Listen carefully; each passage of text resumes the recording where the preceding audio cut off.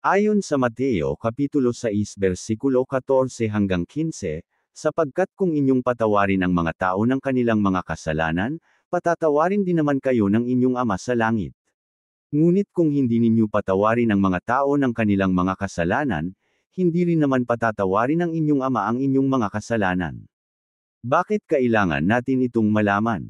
Una, ipinapakita nito na ang kapatawaran natin sa iba ay direktang konektado sa kapatawaran ng Diyos sa atin. Kung hindi tayo nagpapatawad, hindi rin tayo patatawarin. Pangalawa, ito ay direktang turo ni Hesukristo na bahagi ng sermon sa bundok, na dapat nating sundin.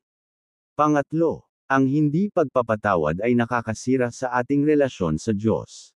Ang kapaitan at galit ay nagiging hadlang sa ating pakikipag-ugnayan sa Kanya. Ano ang kahalagahan nito? Una, ang pagpapatawad ay nagpapalaya sa atin mula sa galit, puot, at kapaitan. Kapag pinatawad natin ang iba, hindi na tayo bihag ng kanilang mga pagkakamali. Pangalawa, ang pagpapatawad ay nagpapagaling ng mga sugat ng nakaraan. Ito ay nagbibigay daan sa atin na magpatuloy sa ating buhay ng may kapayapaan at kalayaan. Pangatlo, ang pagpapatawad ay pagsunod sa utos ng Diyos at pagpapakita ng Kanyang pag-ibig sa iba. Ito ay nagpaparangal sa Kanya at nagpapatunay ng ating pananampalataya. Sa madaling salita, ito ay nagpapakita na ang pagpapatawad natin sa iba ay direktang konektado sa kapatawaran ng Diyos sa atin.